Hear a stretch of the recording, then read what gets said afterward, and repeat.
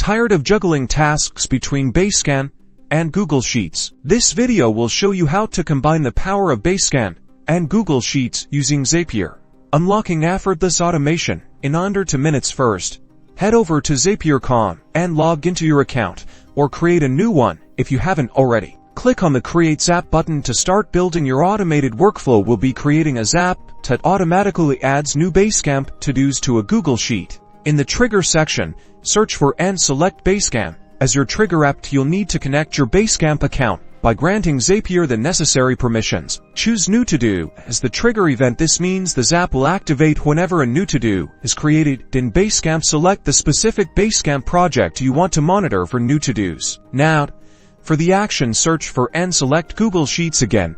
Connect your Google Sheets account to Zapier.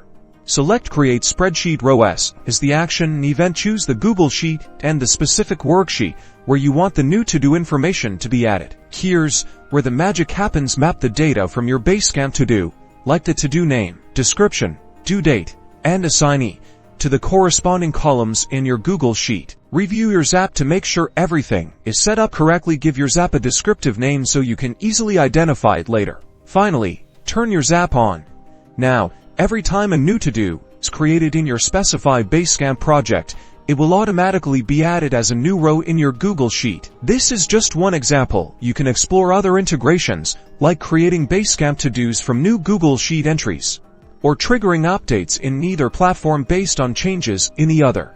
And just like that, you've successfully automated a workflow between Basecamp and Google Sheets, saving you time and boosting productivity.